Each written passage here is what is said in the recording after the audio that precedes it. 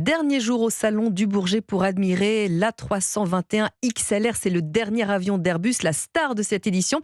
Alors nous, ce matin, Clotilde, on va monter dans un cockpit, mais un petit peu particulier. Eh oui, le cockpit du futur qui rentrera en service en 2027.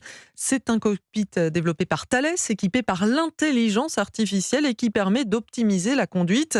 Il équipera aussi bien des avions que des hélicoptères ou même de nouvelles solutions de mobilité aérienne. Test réalisé pour Europe 1 par Margot Faudéry. Dans ce cockpit du futur, il y a toujours le mini-manche et les manettes des réacteurs.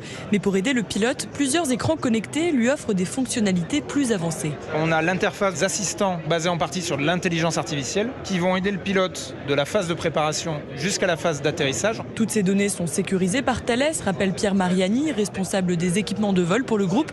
Mais le cockpit n'est pas totalement autonome, c'est toujours à l'homme de faire le dernier geste. Ce qui va apparaître devant vous, c'est un plan de vol temporaire. C'est à moi de dire c'était bien mon intention, je le valide, on est prêt à décoller.